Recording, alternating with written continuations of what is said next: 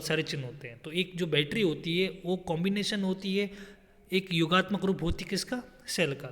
6 point है wire, wire जो normally use करते हैं हम, रेड वायर, ब्लैक वायर, तो वायर को हम किससे शो करते हैं, इस प्रकार से शो करते हैं। तो ये हमने सारे फीचर्स पढ़े, ठीक है।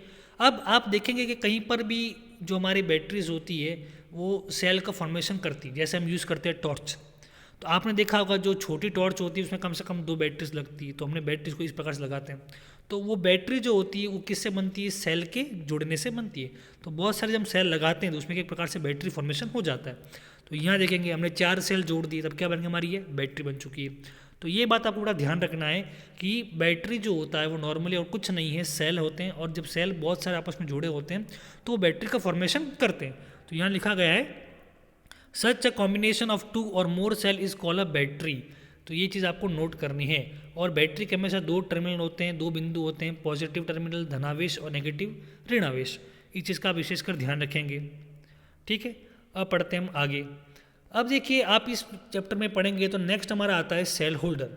तो नॉर्मली क्या होता है कि जो हमारी पुरानी बैटरीज होती थी उनमें क्या होता था, अभी सेल को फॉर्मेशन करने के लिए होल्डर आता था। तो ये जो होल्डर, ऐसा फॉर्मेशन आपको बैटरी टॉर्च में मिलता है। जो हम छोटी टॉर्च यूज़ करते हैं उसमें आप देखेंगे तो उसके अंदर जो बैटरी सेल डालने का तरीका होता है वो इस प्रकार से होता है। जबकि जो बड़ी बड़ी बैटरीज होती थी उनमें पहले इस प्रकार के यूज़ किया करते थे। तो ये एक प्रकार क्या होता है, सर्किट फॉर्मेशन, इसमें एक सेल यहाँ जाएगा, दूसरा सेल यहाँ जाएगा, और इन दोनों के फॉर्मेशन से क्या होता है, बैटरी का फॉर्मेशन निर्माण होता था।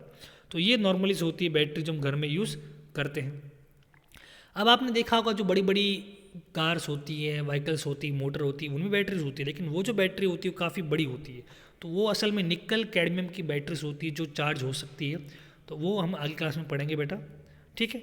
अब हम देखिएगा नेक्स्ट टॉपिक। पिछली क्लास में आपने पढ़ा था कि इलेक्ट्रिक सर्किट किसे कहते हैं, ठीक है। तो उसी को थोड़ा सा हम वापस रिडिफाइन करेंगे कि एक इलेक्ट्रिक सर्किट में क्या क्या होना चाहिए। तो सबसे पहले एक होना चाहिए हमारी बैटरी, ठीक है। और बैटरी को अब आप देखेंगे तो अगर यदि हम इसको चालू करते हैं, ठीक है ना, अगर बैटरी आपकी चालू कंडीशन में है तो देखो बैटरी को शो करने का तरीका क्या होता है। अब अगर आप बहुत सारे सेल लेते हो तो उसको बैटरी बोलोगे, और सिंगल होगा तो सेल बोलोगे। और आप यहाँ देख रहे हो कि मेरे पास यहाँ पर केवल क्या एक सिंगल सेल है, तो इस सिंगल सेल को मैं शो करूँगा इस तरीके से। ये मेरा सिंगल सेल शो कर दिया।